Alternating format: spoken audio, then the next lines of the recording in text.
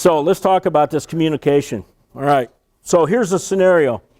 You're in a major city and you're at a bus stop where the bus is coming, and you got a friend there who's on the other side of the curb. They're in the street. They're facing you. They're speaking with you, but not paying attention. Here comes a bus, city bus, about 40 miles an hour down that bus lane. Coming 50 feet, 40 feet, 30 feet, 20 feet, 10 feet. What are you going to do? Anybody? What are you going to do? Man, we are some mean people here. You're really going to climb up and you're just going to go, boom. I hope so. And not at 10 feet, because it might be too late. When you care about someone, you speak to them. You warn them. You care for them with your words. When you're in a relationship, depending on what your goal for that relationship is, if it's out of love or if you have some other extenuating circumstances that are behind the relationship, we usually communicate so that we can protect each other. I actually saw that happen, by the way. It was hilarious. And I've told that story so many times because he cared about the guy. And he saved him. And it was close. So when you talk about being in a relationship, and here's why I tell you this. I was married for 32 years. And my wife asked for a divorce a little bit more than a year ago. And so I've had some time to decompress. I've had some time to really think about me, not her, not what she did wrong. She really didn't do a whole lot wrong, to be honest with you.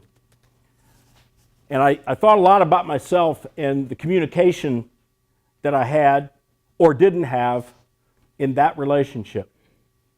And I can tell you all about the profession I was in, college coaching. I can tell you all about all this other stuff. And there is a lot of other stuff.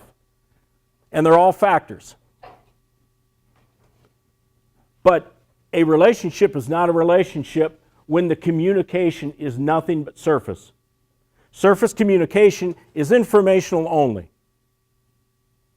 Do we have milk? Who's picking up the kids? It was warm today, wasn't it? On and on and on. If that's all your relationship is about from a communication standpoint, I think you're really going to be disappointed. And that may be the end of your relationship. I always think this. Think about this with me for a second. When you're having a conversation with somebody that's surface in nature, okay, there's also another conversation going on that you can't see. And it's going along down here. And there's a lot of stuff in that conversation. It's all the unsaid things.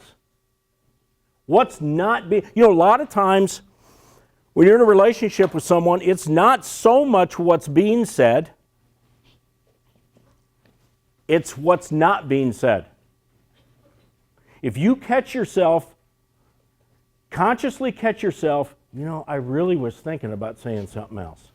I wish how later on you're like, I wish I would have stood up to that guy and said this. Or I wish I would have told my girlfriend this or said it in a certain way.